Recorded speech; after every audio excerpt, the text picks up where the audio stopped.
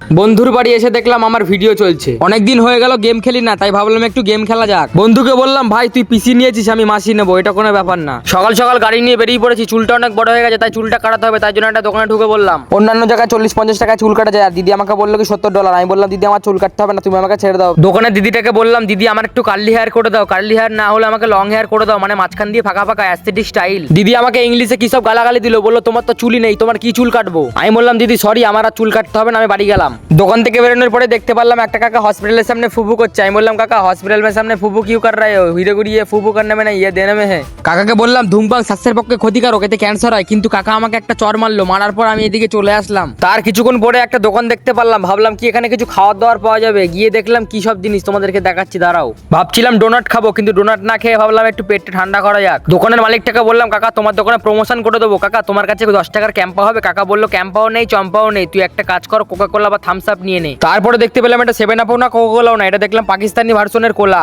দোকান থেকে বেরিয়ে দেখি, আরে বাস থেকে না হইয়া একটা অ্যাক্সিডেন্ট হয়ে গেছে। আরে ভাই, এখান থেকে এক্ষুনি পালানো, হলে আমারই বাস থেকে না হইয়া করে দেবে। আর তোমাদেরকে আগের ভিডিও তো বলেছিলাম গাড়ি কিনবো, আর গাড়িটা ঠিক এরকমই সেম টু সেম। আর তোমরা তাড়াতাড়ি ফলো সাবস্ক্রাইব করে রাখো, খুব শীঘ্রই গাড়ির ভিডিও আসতে চলেছে।